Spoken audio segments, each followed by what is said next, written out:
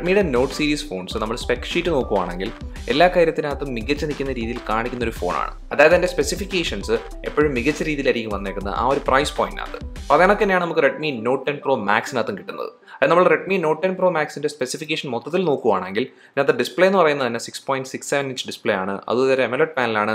അതിനകത്ത് 120 Hz refresh rate ഉണ്ട്. പിന്നെ മെയിൻ ക്യാമറ 108 മെഗാ പിക്സൽ ക്യാമറയാണ്.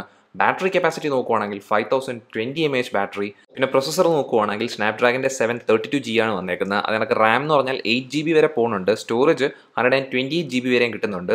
അതും ഈ സ്റ്റോറേജ് എന്ന് പറഞ്ഞാൽ UFS 2.2 സ്റ്റോറേജ് ആണ്. പിന്നെ ഇതിനൊക്കെ പുറമെ നമുക്ക് ഫോണിലൂടെ തന്നെ 33 വാട്ട് ഫാസ്റ്റ് ചാർജറും കിട്ടുന്നുണ്ട്. അപ്പോൾ ഈ സ്പെസിഫിക്കേഷൻ ലിസ്റ്റ് എന്ന് പറഞ്ഞാൽ നല്ല സ്ട്രോങ് ആയിട്ട് തന്നെ നിൽക്കുവാണ്, പ്രത്യേകിച്ചും ഒരു 20,000 പ്രൈസ് റേഞ്ചിലുള്ള ഒരു ഫോണിന് വേണ്ടി.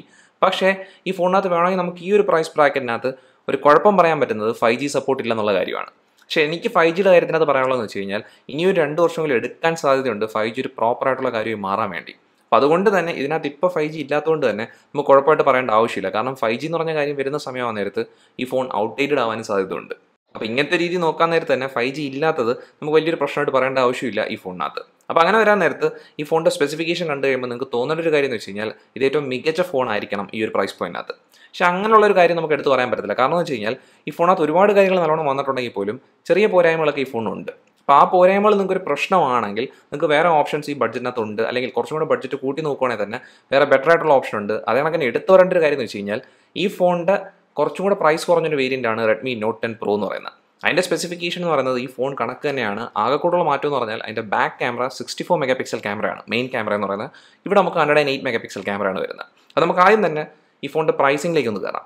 ഇതിൻ്റെ പ്രൈസിംഗ് നോക്കുവാണെങ്കിൽ നമുക്ക് മാർക്കറ്റിങ്ങിനകത്ത് അവർ കാണിച്ചേക്കുന്നത് വെച്ച് കഴിഞ്ഞാൽ 18,999 ആണ് ഇതിൻ്റെ സ്റ്റാർട്ടിംഗ് പ്രൈസിംഗ് എന്നാണ്. പക്ഷേ ആ ഒരു വേരിയൻറ്റ് നിങ്ങൾ നോക്കേണ്ട ആവശ്യമില്ല. കാരണം എന്ന് വെച്ച് കഴിഞ്ഞാൽ അതിനകത്ത് 64GB സ്റ്റോറേജും 6GB റാമുമാണ് വന്നേക്കുന്നത്. നമുക്ക് ബെറ്റർ ആയിട്ടുള്ള ഒരു ഓപ്ഷൻ എന്ന് പറയുന്നത് ഒരു മിഡിൽ ഓപ്ഷനാണ്. അതിനകത്ത് 6GB റാമും 128GB സ്റ്റോറേജാണ് വരുന്നത്. അതിൻ്റെ പ്രൈസിങ് 20,000 ആണ്. അതും ആ ഒരു വേരിയൻ്റാണ് നമ്മളിവിടെ റിവ്യൂ ചെയ്യാൻ പോകുന്നതും. അത് കഴിഞ്ഞ് ഏറ്റവും ടോപ്പ് വേരിയൻറ്റിനകത്ത് 8GB റാമും 120GB സ്റ്റോറേജ് ഓപ്ഷൻ തന്നെയാണ്. അതിൻ്റെ പ്രൈസിങ് 22,000 ആണ്. അപ്പോൾ നമുക്ക് ഈ പ്രൈസിങ് കണ്ട സ്ഥിതിക്ക് നമുക്കിപ്പോൾ അറിയാൻ പറ്റും ഇതിൻ്റെ കോമ്പറ്റീഷൻ ഫോൺ എന്ന് പറയുന്നത് നമുക്ക് റിയൽമിയുടെ X7 വേണമെങ്കിൽ പറയാൻ പറ്റും. അല്ലെങ്കിൽ നമുക്ക് വേണമെങ്കിൽ സാംസങ്ങിൻ്റെ തന്നെ പല ഫോൺസും അതിനകത്തുണ്ട്. അതായത് നല്ല കോമ്പറ്റീഷൻ വന്നേക്കുന്ന ഒരു പ്രൈസിങ് സെഗ്മെൻറ്റിനകത്താണ് ഈ റെഡ്മി നോട്ട് 10 Pro Max വന്നേക്കുന്നത്. അത് ഈ റെഡ്മി നോട്ട് 10 Pro Maxനകത്ത് ആദ്യം തന്നെ നമ്മൾ ശ്രദ്ധിക്കാൻ പോകേണ്ട ഒരു കാര്യം എന്ന് വെച്ച് കഴിഞ്ഞാൽ ഇതിൻ്റെ ഡിസൈൻ തന്നെയാണ്. അപ്പോൾ സാധാരണ റെഡ്മി ഫോൺസിനകത്ത് ഡിസൈൻ്റെ ഒരു പ്രശ്നം എന്ന് പറഞ്ഞാൽ ഭയങ്കര വലുപ്പവും വീതിയും അതിനൊക്കെ തന്നെ വെയിറ്റ് കൂടിയൊരു ഫോണായിരിക്കും. അപ്പോൾ ഇവിടെ നമുക്ക് ആ വലുപ്പവും വീതിയൊക്കെ അതിനൊക്കെ തന്നെ നിൽപ്പുണ്ട്. ഭയങ്കര വലിയൊരു ഫോൺ തന്നെയാണ് ഈ റെഡ്മി നോട്ട് 10 Pro Max എന്ന് പറയുന്നത്. ആ പേര് കണക്കത്തൊരു ഫോൺ തന്നെയാണ്. പക്ഷേ വെയിറ്റ് എന്ന് പറയുന്നത് ഒരുപാട് കൂടുതലൊന്നുമല്ല.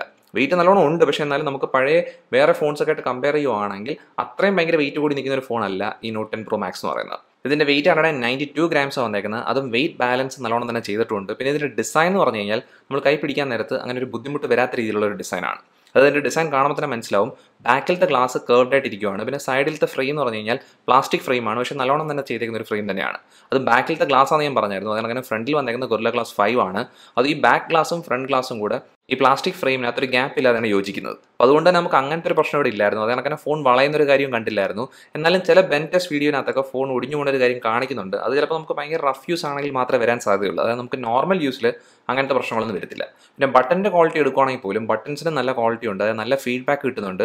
പിന്നെ നമ്മുടെ ഹോം ബട്ടണിനകത്ത് അത് നമുക്ക് താഴേക്ക് ഇരിക്കുന്ന ഒരു തരം ബട്ടൺ അല്ല. അതായത് നമുക്ക് സാധാരണ ഹോം ബട്ടണിനകത്ത് ഫിംഗർ പ്രിൻറ്റ് സ്കാനർ വരുവാണെങ്കിൽ ബട്ടൺ കുറച്ച് അകത്തേക്ക് ഇരിക്കുന്ന രീതിയിലായിരിക്കും വരുന്നത്. അപ്പോൾ അങ്ങനത്തെ രീതിയിലല്ല, കുറച്ചും കൂടെ ബെറ്റർ ആയ ഒരു ക്വാളിറ്റിയുള്ള ഹോം ബട്ടൺ തന്നെയാണ്. അതും ആ ഹോം ബട്ടണിനകത്ത് നമുക്ക് ഫിംഗർ പ്രിൻറ്റ് സ്കാനറും കിട്ടുന്നുണ്ട്.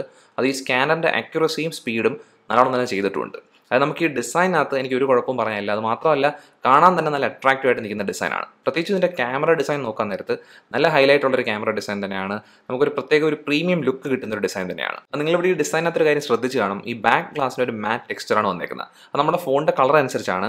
ഇവിടെ നമ്മളിലുള്ള കളർ എന്ന് പറഞ്ഞു കഴിഞ്ഞാൽ ഗ്ലേഷ്യൽ ബ്ലൂ ആണ്. അപ്പോൾ ഈ ഗ്ലേഷ്യൽ ബ്ലൂവിനകത്തും വിൻറ്റേജ് ബ്രോൺസിനകത്തും നമുക്ക് കിട്ടുന്ന ടെക്സ്ചർ എന്ന് പറഞ്ഞാൽ മാറ്റ് ടെക്സ്ചർ ആയിരിക്കും. പക്ഷേ നമ്മൾ ഡാർക്ക് നൈറ്റ് എന്ന് പറഞ്ഞാൽ ബ്ലാക്ക് കളറിലേക്ക് പോവുകയാണെങ്കിൽ അതിനകത്ത് ഗ്ലോസ് ഫിനിഷാണ് വരുന്നതെന്നാണ് കണ്ടേക്കുന്നത്. അത് നമുക്കിവിടെ ഇങ്ങനെ മാറ്റ് ഫിനിഷ് വന്നേക്കുന്നതുകൊണ്ട് തന്നെ ഫോൺ കയ്യിൽ നിന്ന് തെന്നിപ്പോണ ഒരു രീതിയുണ്ട്. പക്ഷേ നമുക്ക് ഫോൺ തൊട്ടൊരു കേസ് കിട്ടുന്നുണ്ട്. നമുക്ക് ഈ കേസ് ഉള്ളതുകൊണ്ട് തന്നെ നിങ്ങൾക്ക് വേണമെങ്കിൽ ഒരു പ്രൊട്ടക്ഷന് വേണ്ടി അല്ലെങ്കിൽ കയ്യിൽ തെന്നി പോകാതിരിക്കാൻ വേണ്ടി ആ കേസ് ഉപയോഗിക്കാനും പറ്റുന്നുണ്ട്. അതും വേറെ കാര്യം ഇവിടെ ശ്രദ്ധിക്കേണ്ടതെന്ന് വെച്ച് കഴിഞ്ഞാൽ നമുക്ക് ഡിസൈൻ്റെ പരമായിട്ട് തന്നെ പറയേണ്ട കാര്യമാണ്. അത് നമുക്കിവിടെ എല്ലാ പോർട്സും വരുന്നുണ്ട്.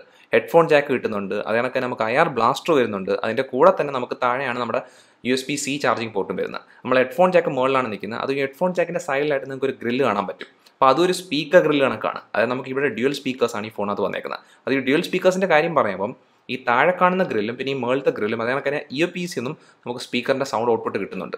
അത് നല്ല പെർഫെക്റ്റ് ആയിട്ടുള്ള ക്വാളിറ്റി ആണോ എന്ന് ചോദിച്ചു കഴിഞ്ഞാൽ അങ്ങനെ ഏറ്റവും ബെസ്റ്റ് ക്വാളിറ്റി അല്ലെങ്കിലും നല്ല ലൗഡ്നെസ് അത്യാവശ്യമുണ്ട്. അത് കൂടാതെ തന്നെ റിച്ച്നെസ്സും തിരക്കേടെല്ലാം ഉണ്ട്. ബേസ് കുറച്ച് കുറവായിട്ടാണ് വരുന്നത്. അത് നമുക്ക് ഈ സ്പീക്കർ മാക്സ് ക്വാളിറ്റി വർക്ക് ചെയ്യുന്ന സമയത്ത് ഇതിൻ്റെ ബാക്കിൽ നമുക്കൊരു വൈബ്രേഷൻ ചെറുതായിട്ട് ഫീൽ ചെയ്യാനും പറ്റുന്നുണ്ട്. അതായത് നല്ല ലൗഡായിട്ട് കിട്ടുന്ന സ്പീക്കർ തന്നെയാണ്. അത് ഈ ഒരു പ്രൈസ് പോയിന്റിനകത്ത് നല്ലൊരു സ്പീക്കർ സിസ്റ്റം കൂടിയാണ്. അതിങ്ങനെ ഡ്യുവൽ സ്പീക്കർ ആക്കിയത് ഏറ്റവും നല്ലൊരു കാര്യം കൂടിയാണ്. അവസാനമായിട്ട് നമുക്ക് ഈ ഫോണിൻ്റെ ഡിസൈൻ്റെയും ബിൽഡ് ക്വാളിറ്റിയുടെയും കാര്യത്തിനകത്ത് ഈ ഒരു പ്രൈസ് പോയിന്റിനകത്ത് കുറച്ച് വ്യത്യസ്തമായി കിട്ടുന്നൊരു കാര്യം എന്ന് വെച്ച് കഴിഞ്ഞാൽ ഈ ഫോണിന് IP റേറ്റിംഗ് വരുന്നുണ്ട്. IP53 റേറ്റിംഗ് ആണ് വരുന്നത്. അതായത് IP53 dust and water resistance കിട്ടുന്നുണ്ട്. ഒരു ബേസിക് പ്രൊട്ടക്ഷൻ കണക്കാണ്. അതായത് നമുക്ക് വെള്ളത്തിലൊന്നും ഫോൺ ഇടാൻ പറ്റത്തില്ല, അങ്ങനത്തെ കാര്യമൊന്നും അല്ല. പക്ഷേ എന്നാലും ഒരു ബേസിക് ആയിട്ടുള്ള ഒരു പ്രൊട്ടക്ഷൻ കിട്ടുന്നുണ്ട്. ഇപ്പോൾ നമ്മൾ മഴയത്തൊക്കെ ഉപയോഗിക്കേണ്ട ഒരു ആവശ്യം വന്നു കഴിഞ്ഞാൽ തന്നെ അങ്ങനെ വലിയ കുഴപ്പം വരാത്ത രീതിയിലുള്ളൊരു വാട്ടർ റെസിസ്റ്റൻസ് ഇവിടെ കിട്ടുന്നുണ്ട്. അപ്പോൾ അങ്ങനത്തെ ഒരു കാര്യം എന്ന് വെച്ച് കഴിഞ്ഞാൽ ഈ ഒരു പ്രൈസ് പോയിന്റിനകത്ത് ഒരു ഹൈലൈറ്റ് ആയിട്ട് കാണിക്കേണ്ട ഒരു കാര്യം കൂടിയാണ്. അതായത് മൊത്തത്തിൽ പറയുവാണെങ്കിൽ ഇതിൻ്റെ ഡിസൈനും ബിൽഡ് ക്വാളിറ്റിക്കകത്തും അങ്ങനെ പോരായ്മകളൊന്നും അധികം തോന്നിയിട്ടില്ല. ആ കൂടെ ഡിസൈനകത്ത് ഒരു കാര്യം ഇവിടെ ശ്രദ്ധിച്ചതെന്ന് വെച്ച് കഴിഞ്ഞാൽ നമുക്കിവിടെ ഹോൾ പഞ്ച് ക്യാമറയ്ക്കകത്ത് ഒരു സിൽവർ റിംഗ് ഉപയോഗിച്ചിട്ടുണ്ട്. അപ്പോൾ അതെന്ന് പറഞ്ഞു കഴിഞ്ഞാൽ ആ ഒരു പ്രീമിയം ലുക്ക് ഈ ഫോണിനകത്ത് ബാക്കി എല്ലാ സ്ഥലത്തും കൊടുത്തിട്ട് അവിടെ മാത്രം കൊണ്ട് കളഞ്ഞണക്കാണ്. അപ്പോൾ ആ ഒരു കാര്യം ഒഴിച്ച് കഴിഞ്ഞാൽ എനിക്ക് ഡിസൈനകത്ത് വേറെ പ്രശ്നങ്ങളൊന്നും ഇല്ലായിരുന്നു. പിന്നെ ബിൽഡ് ക്വാളിറ്റി ഞാൻ പറഞ്ഞില്ല, നമ്മളിപ്പോൾ നോർമൽ യൂസ് ആണെങ്കിൽ നമ്മൾ ഒരുപാട് റഫ് യൂസ് ഒന്നും അല്ലെങ്കിൽ നമുക്കങ്ങനെ ഫോണിനകത്ത് വേറെ പ്രശ്നങ്ങളൊന്നും വരാൻ പോകുന്നില്ല. ഇപ്പോൾ ഇത്ര നാൾ ഉപയോഗിച്ചതിനകത്ത് തന്നെ ഈ യൂണിറ്റിനകത്ത് കംപ്ലയിൻസ് ഒന്നും വന്നതുമില്ല. അതുകൊണ്ട് തന്നെ ഡിസൈനും ബിൽഡ് ക്വാളിറ്റിയും ഈ ഒരു പ്രൈസ് പോയിന്റിനകത്ത് റെഡ്മി നല്ലോണം ചെയ്തിട്ടുണ്ട്. അതായത് Note 10 Pro Maxനകത്ത് നമുക്ക് നല്ലൊരു ഡിസൈനാണ് കിട്ടുന്നത്. അതിനങ്ങനെ ബിൽഡ് ക്വാളിറ്റിക്കകത്തും ഇഷ്യൂസ് ഒന്നും ഇല്ല. അതിനൊക്കെ അടുത്തൊരു കാര്യം നല്ലോണം വന്നേക്കുന്നത് വെച്ച് കഴിഞ്ഞാൽ ഇവിടുത്തെ ഡിസ്പ്ലേ ആണ്. അതായത് ഡിസ്പ്ലേ എന്ന് പറയുന്ന ഒരുപാട് ഹൈപ്പ് കൊടുത്തിട്ടുണ്ട്. നമുക്ക് ഡിസ്പ്ലേയുടെ സ്പെക് ഷീറ്റ് നോക്കുവാണെങ്കിൽ ആ ഒരു ഹൈപ്പിനൊത്ത് വന്നേക്കുന്നുണ്ടോ എന്ന് ചോദിച്ചു കഴിഞ്ഞാൽ ഈ ഒരു പ്രൈസ് പോയിന്റ് നല്ലൊരു ക്വാളിറ്റി പാനൽ തന്നെയാണ്. അത് നമുക്ക് ഹൈപ്പ് എടുത്ത് പറയാൻ നേരത്ത് നമുക്ക് ചില കാര്യങ്ങളൊക്കെ എടുത്ത് പറയേണ്ടതായിട്ട് തന്നെ ഉണ്ട്. അതായത് 120 Hz റിഫ്രഷ് റേറ്റ്. പക്ഷേ പീക്ക് ബ്രൈറ്റ്നസ്സിനകത്ത് ഒരു കാര്യം ശ്രദ്ധിക്കേണ്ടതായിട്ടുണ്ട്. അതായത് ഇവർ മാർക്കറ്റ് ചെയ്യുന്ന സമയത്ത് ഇവർ പറയുന്ന പീക്ക് ബ്രൈറ്റ്നസ് ലെവൽ എന്ന് പറഞ്ഞു കഴിഞ്ഞാൽ 1200 nits ആണ്. അതായത് ഇവർ കമ്പാരിസൺ വെച്ചേക്കുന്ന iPhone 12 Pro Maxൻ്റെ അത്രയുള്ള പീക്ക് ബ്രൈറ്റ്നസ് ഉണ്ടെന്നാണ്. പക്ഷേ അത് HDR കണ്ടന്റ് കാണുമ്പോൾ മാത്രമാണ്. HDR10+ സപ്പോർട്ടിനകത്തുണ്ട്. അപ്പോൾ അങ്ങനത്തെ കണ്ടന്റ് കാണുന്ന സമയത്താണ് ആ ഒരു കാര്യം കിട്ടുന്നത്. അല്ലാതെ സ്റ്റാൻഡേർഡ് കണ്ടന്റ് ആണ് കാണുന്നതെങ്കിൽ, അതായത് നമ്മൾ മൊത്തത്തിൽ മിക്ക സമയത്തും സ്റ്റാൻഡേർഡ് കണ്ടന്റ് ആയിരിക്കും ഫോണിനകത്ത് കാണുന്നത്. അപ്പോൾ അതാണ് കാണുന്നതെങ്കിൽ 450 nits വരെ മാക്സിമം ബ്രൈറ്റ്നസ് പോകും. അപ്പോൾ ഈ 450 nits എന്ന് പറയുമ്പോഴത്തേക്കും അത്യാവശ്യം ഉള്ളൊരു ബ്രൈറ്റ്നസ് ലെവൽ തന്നെയാണ്. അതായത് നമുക്ക് അത്രയുള്ള ബ്രൈറ്റ്നസ് ലെവൽ വെച്ച് തന്നെ നമ്മൾ പുറത്തൊക്കെ ഉപയോഗിക്കുകയാണെങ്കിൽ തന്നെ ബുദ്ധിമുട്ടുള്ളൊരു സമയമാണെങ്കിൽ പോലും നമുക്കിവിടെ കണ്ടന്റ് വായിക്കാൻ അങ്ങനെ വലിയ പാടൊന്നും ഇല്ലായിരുന്നു. അപ്പോൾ ആ ഒരു അർത്ഥത്തിൽ ബ്രൈറ്റ്നസ് ലെവലൊക്കെ നല്ലോണം തന്നെ കിട്ടുന്നുണ്ട്. പക്ഷേ ഈ പീക്ക് ബ്രൈറ്റ്നസിൻ്റെ കാര്യത്തിന് അത് മാർക്കറ്റിംഗ് ആപ്പ് കുറച്ച് കൂടുതലാണ്. പക്ഷേ അത് ഒഴിച്ച് കഴിഞ്ഞാൽ ബാക്കിയുള്ള കാര്യം കൂടെ നല്ലോണമാണ് ചെയ്തേക്കുന്നത്. കാരണം ഇവിടുത്തെ ഡിസ്പ്ലേയുടെ സൈസ് നമ്മൾ മുമ്പേ പറഞ്ഞതാണ് 6.67 ഇഞ്ച് ആണ്. അത് മാത്രമല്ല ഇതൊരു AMOLED പാനലാണ്. അപ്പോൾ അത് എടുത്തു പറയേണ്ട കാര്യമാണ്. നല്ല ക്വാളിറ്റിയുള്ള പാനലാണ്. പിന്നെ ബെസൽസ് ഒക്കെ തീരെ ചെറുതാണ്. അത് ഹോൾ പഞ്ചിനകത്ത് തന്നെ ആ ഒരു റിംഗ് ഒഴിച്ച് കഴിഞ്ഞാൽ വേറെ പ്രശ്നങ്ങളൊന്നും ഇവിടെ കണ്ടില്ലായിരുന്നു. അത് വേറെ അതിന് ശ്രദ്ധിക്കേണ്ടതെന്ന് വെച്ച് കഴിഞ്ഞാൽ ഇവിടുത്തെ 120 Hz റിഫ്രഷ് റേറ്റ് എന്ന് പറഞ്ഞു കഴിഞ്ഞാൽ വലിയൊരു അഡ്വാൻറ്റേജ് തന്നെയാണ്. അപ്പോൾ ആ ഒരു സെറ്റിംഗ് ഓൺ ചെയ്തിട്ട് നമ്മൾ ഉപയോഗിക്കുകയാണെങ്കിൽ ഡിസ്പ്ലേക്കകത്ത് നല്ല സ്മൂത്ത് ആയിട്ടുള്ള സ്ക്രോളും കാര്യങ്ങളൊക്കെ നടക്കുന്നത്. അപ്പോൾ അങ്ങനത്തെ രീതിയിൽ കൊള്ളാം. പിന്നെ വ്യൂയിങ് ആംഗിൾസിനകത്ത് ഇഷ്യൂസ് ഒന്നും കണ്ടില്ലായിരുന്നു. പിന്നെ കളർ ടിൻറ്റിങ്, അതായത് ഗ്രീൻ ടിൻറ്റോ അങ്ങനത്തെ കാര്യങ്ങളൊന്നും ഈ ഡിസ്പ്ലേക്കകത്തില്ലായിരുന്നു. അതായത് ഈ ഡിസ്പ്ലേ നല്ലോണം തന്നെ നമുക്ക് കണ്ടന്റ് എൻജോയ് ചെയ്യാൻ പറ്റുന്ന ഒരു ഡിസ്പ്ലേ ആണ്. നമുക്ക് വീഡിയോ കാണുന്നതും ഗെയിം കളിക്കുന്നതും മെയിൻ കാര്യമാണെങ്കിൽ ഈ ഫോൺ ഒരു പെർഫെക്റ്റ് ഓപ്ഷനാണ്. കാരണം എന്ന് വെച്ചാൽ ഇത്ര നല്ല ഡിസ്പ്ലേയും അതിലൂടെ തന്നെ നല്ല സ്പീക്കേഴ്സും വരുന്നതുകൊണ്ട് തന്നെ നമുക്ക് ആ ഒരു കാര്യങ്ങളൊക്കെ നല്ലോണം എൻജോയ് ചെയ്യാൻ പറ്റുന്നുണ്ട്.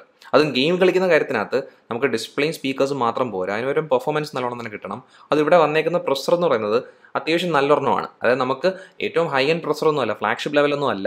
പക്ഷേ ഈ ഒരു ബഡ്ജറ്റിനകത്ത് നല്ല പെർഫോമൻസ് തരുന്നത്, നിങ്ങൾക്ക് ഒരു നോർമൽ യൂസർ ആണെങ്കിലോ അല്ലെങ്കിൽ അത്യാവശ്യം ഹെവി യൂസർ ആണെങ്കിൽ പോലും നല്ല പെർഫോമൻസ് തരുന്നൊരു പ്രൊസസ്സർ തന്നെയാണ് ഇവിടെ ഉപയോഗിച്ചിരിക്കുന്ന സ്നാപ്ഡ്രാഗൻ്റെ 732G എന്ന പ്രൊസസ്സർ. അത് നമുക്ക് ഇതിനകത്ത് ഈ പ്രൊസസ്സർ പരമായ പ്രശ്നങ്ങളൊന്നും കണ്ടില്ല. അത് മാത്രമല്ല ഇത്രയും ഹയർ റിഫ്രഷ് റേറ്റ് പാനൽ ഉള്ളതുകൊണ്ട് തന്നെ കാര്യങ്ങളെല്ലാം സ്മൂത്ത് ആയിട്ട് തന്നെ വർക്ക് ആവുന്നുണ്ട്. പക്ഷേ ചില സമയത്തൊക്കെ ഒരു ലാഗ് ഉണ്ടായിരുന്നു. അത് എനിക്ക് തോന്നുന്നു വെച്ച് കഴിഞ്ഞാൽ അത് പ്രൊസസ്സർ ഇഷ്യൂ അല്ലെങ്കിൽ ഡിസ്പ്ലേയുടെ ഇഷ്യൂ ഒന്നും അല്ല, അതായത് ഈ റിഫ്രഷ് റേറ്റിൻ്റെ പ്രശ്നമൊന്നും അല്ല. അതിന് പകരം ഇവിടുത്തെ സോഫ്റ്റ്വെയറിൻ്റെ പ്രശ്നമാണ്, MIUIൻ്റെ പ്രശ്നമാണ്. അതായത് MIUIക്കകത്ത് ഇപ്പോഴും പ്രശ്നങ്ങളുണ്ട്. പ്രത്യേകിച്ചും റാം മാനേജ്മെൻ്റ് ഒക്കെ എടുക്കുകയാണെങ്കിൽ തന്നെ 6GB റാമുള്ള വേരിയൻ്റ് ആയിട്ട് പോലും റാമിനകത്ത് തന്നെ റീലോഡിങ് പെട്ടെന്ന് നടക്കുന്നുണ്ടായിരുന്നു. അപ്പോൾ നമുക്ക് ആപ്സിൻ്റെ എണ്ണമൊന്നും പറയണ്ട, അല്ലാതെ നോക്കുവാണെങ്കിൽ തന്നെ ഒരു 10-15 മിനിറ്റ് കഴിയുമ്പോൾ ഒരു ആപ്പ് ഉപയോഗിച്ചിട്ട് ഒരു 10-15 മിനിറ്റ് കഴിയുമ്പോൾ തന്നെ ആ ആപ്പ് റീലോഡ് ആവുന്നുണ്ടായിരുന്നു. അതായത് മെമ്മറി മാനേജ്മെൻറ്റ് എന്ന് പറഞ്ഞു കഴിഞ്ഞാൽ ഭയങ്കരമായിട്ടാണ് ചെയ്തേക്കുന്നത്. അല്ലെങ്കിൽ എനിക്ക് ഒന്ന് പെട്ടെന്ന് സ്ലോ ആവുന്നുള്ള ഇഷ്യൂ കൊണ്ടാകാം.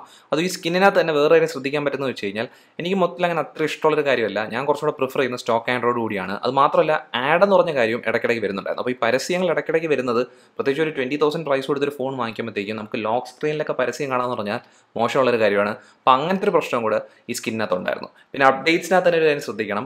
നമുക്ക് അപ്ഡേറ്റ്സ് ഇവിടെ കാണിക്കുന്നുണ്ടെങ്കിൽ പോലും ഈ അപ്ഡേറ്റ് വരാൻ ഒരുപാട് സമയം എടുക്കുന്നുണ്ടായിരുന്നു. ഒരു അപ്ഡേറ്റ് കഴിഞ്ഞിട്ട് പിന്നെ അടുത്ത അപ്ഡേറ്റ് കിട്ടുന്നത് ഒരു 2-3 മാസം കഴിഞ്ഞിട്ടാണ്. അതായത് അപ്ഡേറ്റ്സ് സ്ലോ ആയിട്ടാണ് ഈ ഫോണിനകത്ത് വന്നുകൊണ്ടിരുന്നത്. അപ്പോൾ അതൊക്കെയാണ് എനിക്ക് ഇതിൻ്റെ പെർഫോമൻസിനകത്തോ അല്ലെങ്കിൽ യൂസർ എക്സ്പീരിയൻസിനകത്തോ പറയാനുള്ള ഒരു പ്രശ്നം എന്ന് പറഞ്ഞാൽ.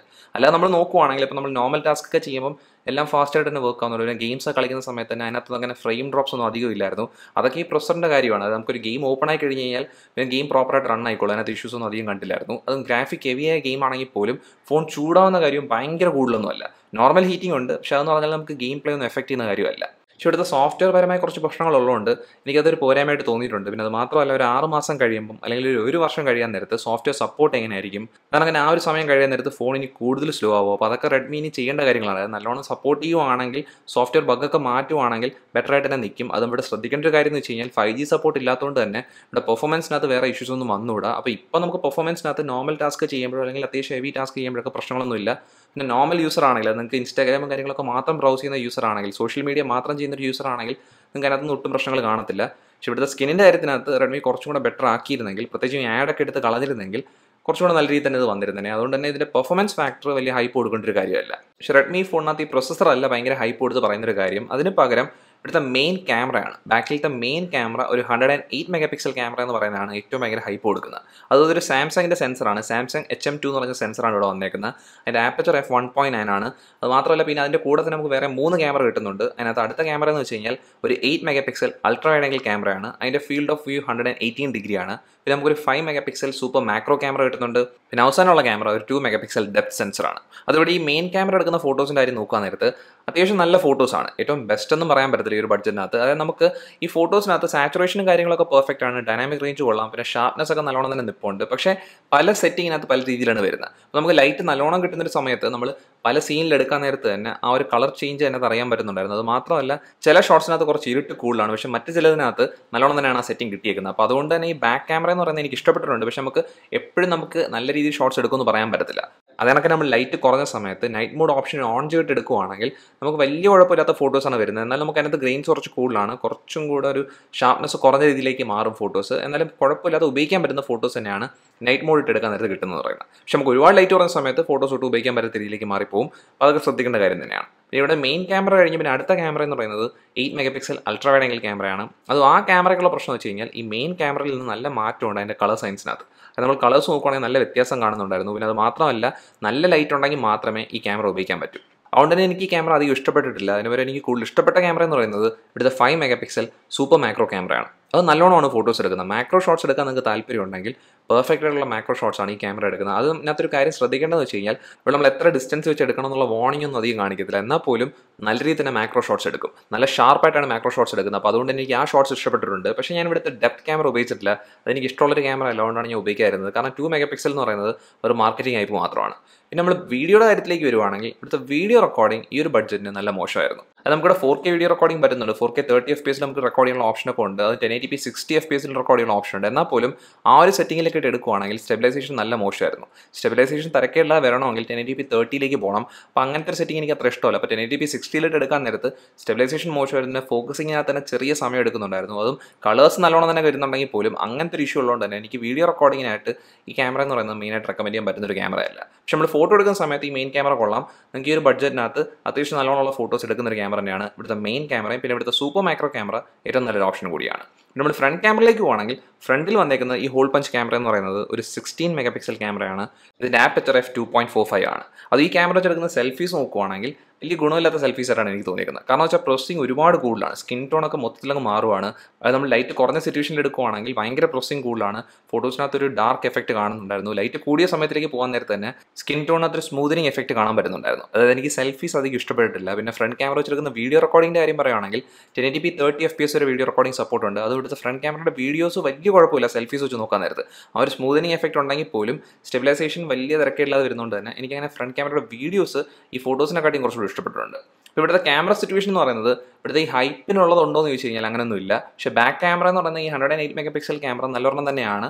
നമുക്ക് ഈ ഒരു ബഡ്ജറ്റിനകത്ത് നല്ലോണം ഫോട്ടോ എടുക്കാൻ വേണ്ടി പെർഫോം ചെയ്യുന്നൊരു ക്യാമറ തന്നെയാണ്. ഇനി അടുത്ത കാര്യം നമുക്ക് നോക്കേണ്ടതെന്ന് വെച്ച് കഴിഞ്ഞാൽ ഇവിടുത്തെ ബാറ്ററിയാണ്. ഇവിടുത്തെ ബാറ്ററി കപ്പാസിറ്റി 5020 mAh ആണ്. അപ്പോൾ നല്ല വലിയൊരു ബാറ്ററി തന്നെയാണ്. അപ്പോൾ നമ്മൾ പ്രതീക്ഷിക്കുന്ന കാര്യം എന്ന് വെച്ച് കഴിഞ്ഞാൽ ഏറ്റവും നല്ല സ്ക്രീൻ ഓൺ ടൈം കിട്ടണം, നല്ല ബാറ്ററി ബാക്കപ്പ് കിട്ടണമെന്നാണ്. പക്ഷേ നമ്മൾ ഇവിടുത്തെ ഡിസ്പ്ലേയുടെ സെറ്റിംഗ് ഒക്കെ മാക്സിമം വെച്ച് ഉപയോഗിക്കാൻ പോവുകയാണ്. അതായത് നമ്മൾ നല്ല ബ്രൈറ്റ്നസ് ലെവലിനകത്തും 120 Hz റിഫ്രഷ് റേറ്റ് ഓൺ ചെയ്തിട്ടാണ് ഉപയോഗിക്കുന്നതെങ്കിൽ തിരക്കുള്ളതൊരു ഹെവി യൂസ് ആണെങ്കിൽ നമുക്ക് കിട്ടാൻ പോണ സ്ക്രീൻ ഓൺ ടൈം എന്ന് പറയുന്നത് ഒരു 5.5 മണിക്കൂർ റേഞ്ചിലായിരിക്കും. അപ്പോൾ ഇങ്ങനത്തെ ഒരു സ്ക്രീൻ ഓൺ ടൈം കുഴപ്പമില്ലാത്തവരണമാണ്. പക്ഷേ നമുക്ക് ഇതിലും ബെറ്റർ ആയിട്ടുള്ള സ്ക്രീൻ ഓൺ ടൈം വരുന്ന ഫോൺസ് ഒരുപാടുണ്ട്. പിന്നെ അത് മാത്രമല്ല ശ്രദ്ധിക്കേണ്ട കാര്യം എന്ന് വെച്ച് കഴിഞ്ഞാൽ ഇത് അത്യാവശ്യം ഹെവി യൂസ് ചെയ്യുന്ന സമയത്താണ്.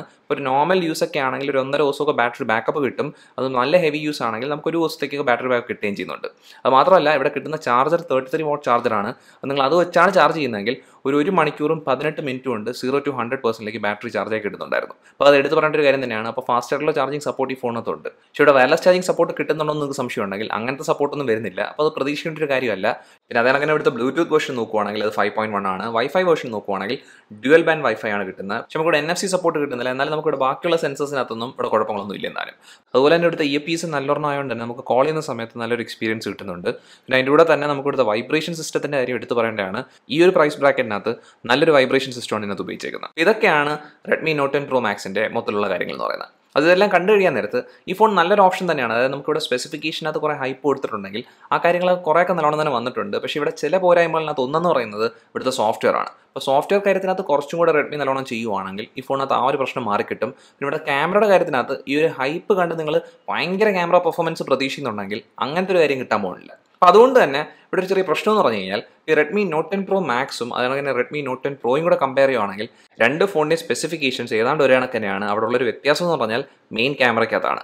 Redmi Note 10 Proയ്ക്കകത്ത് മെയിൻ ക്യാമറ 64 മെഗാപിക്സൽ ക്യാമറയാണ്. നമുക്ക് Redmi Note 10 Pro Maxനകത്ത് 108 മെഗാപിക്സൽ ക്യാമറയാണ്. അപ്പോൾ അങ്ങനത്തെ ഒരു ക്യാമറ വ്യത്യാസം ഒഴിച്ച് കഴിഞ്ഞാൽ ബാക്കിയെല്ലാം സെയിം ആയിട്ട് തന്നെയാണ് കിട്ടുന്നത്. അപ്പോൾ അതുകൊണ്ട് തന്നെ പ്രൈസിങ് കുറവ് Redmi Note 10 Proയ്ക്ക് വരുന്നതുകൊണ്ട് തന്നെ നിങ്ങൾക്ക് ഈ ഒരു ക്യാമറ കാര്യം വലിയൊരു ഹൈപ്പായിട്ട് തോന്നുന്നില്ലെങ്കിൽ Redmi Note 10 Pro അതിൻ്റെ പ്രൈസിങ്ങിന് നല്ലൊരു ഓപ്ഷനായിട്ട് തന്നെ നിൽക്കുകയാണ്. പക്ഷേ നിങ്ങൾക്ക് 108 മെഗാപിക്സൽ ക്യാമറ വേണം, അല്ലെങ്കിൽ നിങ്ങൾക്ക് 20,000 പ്രൈസിംഗ് ആണ് നിങ്ങളുടെ ബഡ്ജറ്റ് എങ്കിൽ, നിങ്ങൾക്ക് ഈ ഫോൺ എടുക്കാൻ താല്പര്യമുണ്ടെങ്കിൽ നിങ്ങൾ ശ്രദ്ധിക്കേണ്ട കാര്യം എന്ന് വെച്ച് കഴിഞ്ഞാൽ ഇതിൻ്റെ പോരായ്മയായിട്ട് എനിക്ക് തോന്നിയത് 5G ഇല്ലാത്ത കാര്യമല്ല, അതിന് പകരം ഇവിടുത്തെ സോഫ്റ്റ്വെയറിൻ്റെ പ്രശ്നങ്ങളാണ്. പക്ഷേ നിങ്ങൾക്ക് ഇപ്പോൾ സോഫ്റ്റ്വെയറിനകത്ത് അങ്ങനെ പ്രശ്നങ്ങൾ തോന്നില്ലെങ്കിൽ, അതായത് നിങ്ങൾക്ക് MIUIക്ക് അത് ഇഷ്യൂസൊന്നും തോന്നുന്നില്ല, അതായത് തന്നെ ആഡ് കാണിക്കുന്ന കാര്യങ്ങളൊക്കെ റെഡ്മി ഇനി മാറ്റങ്ങൾ വരുത്തുമ്പോൾ നിങ്ങൾക്ക് തോന്നുന്നുണ്ടെങ്കിൽ ഈ ഫോണിൻ്റെ ബാക്കിയുള്ള കാര്യങ്ങളെല്ലാം നല്ലോണം തന്നെയാണ് റെഡ്മി ചെയ്തേക്കുന്നത്. ഈ ഒരു പ്രൈസ് പോയിന്റ് നല്ല കോമ്പറ്റീഷൻ കൊടുക്കേണ്ട രീതിയിലാണ് ചെയ്തേക്കുന്നത്. അത് നമുക്ക് നല്ലൊരു എക്സ്പീരിയൻസ് തന്നെയാണ് മിക്ക കാര്യത്തിനകത്ത് കിട്ടുന്നത്. അപ്പോൾ ഇത്രയുള്ള വീഡിയോ എന്ന് പറയുന്നത്. ഈ വീഡിയോ നിങ്ങൾക്ക് ഇഷ്ടപ്പെട്ടെങ്കിൽ ഈ വീഡിയോ ഉറപ്പായിട്ട് ലൈക്ക് ചെയ്യുക, അതുകൂടെ ചാനൽ സബ്സ്ക്രൈബ് ചെയ്യുക, ഈ ചാനൽ പ്രൊമോട്ടും ചെയ്യുക. നമുക്ക് എത്രയും പെട്ടെന്ന് അടുത്ത വീഡിയോയിൽ കാണാം. അതുവരെ ബൈ.